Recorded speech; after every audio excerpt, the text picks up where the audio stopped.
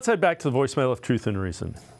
The Browns could do this with Joe Flacco. Sign him to a 2-year deal, $20 million.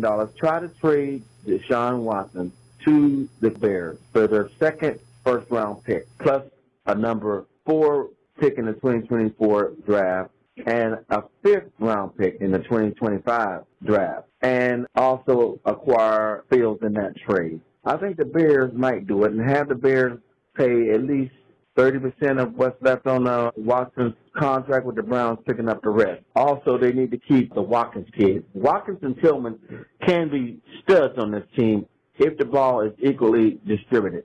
All right? Thank you. As always, appreciate all the voicemails. Brad, there's a lot going on, a lot of moves there. I don't think the Bears would ever do that trade. Justin Fields is going to end up being a starting quarterback somewhere next year. It might not be in Chicago. My fear is he might come into the division for the Steelers.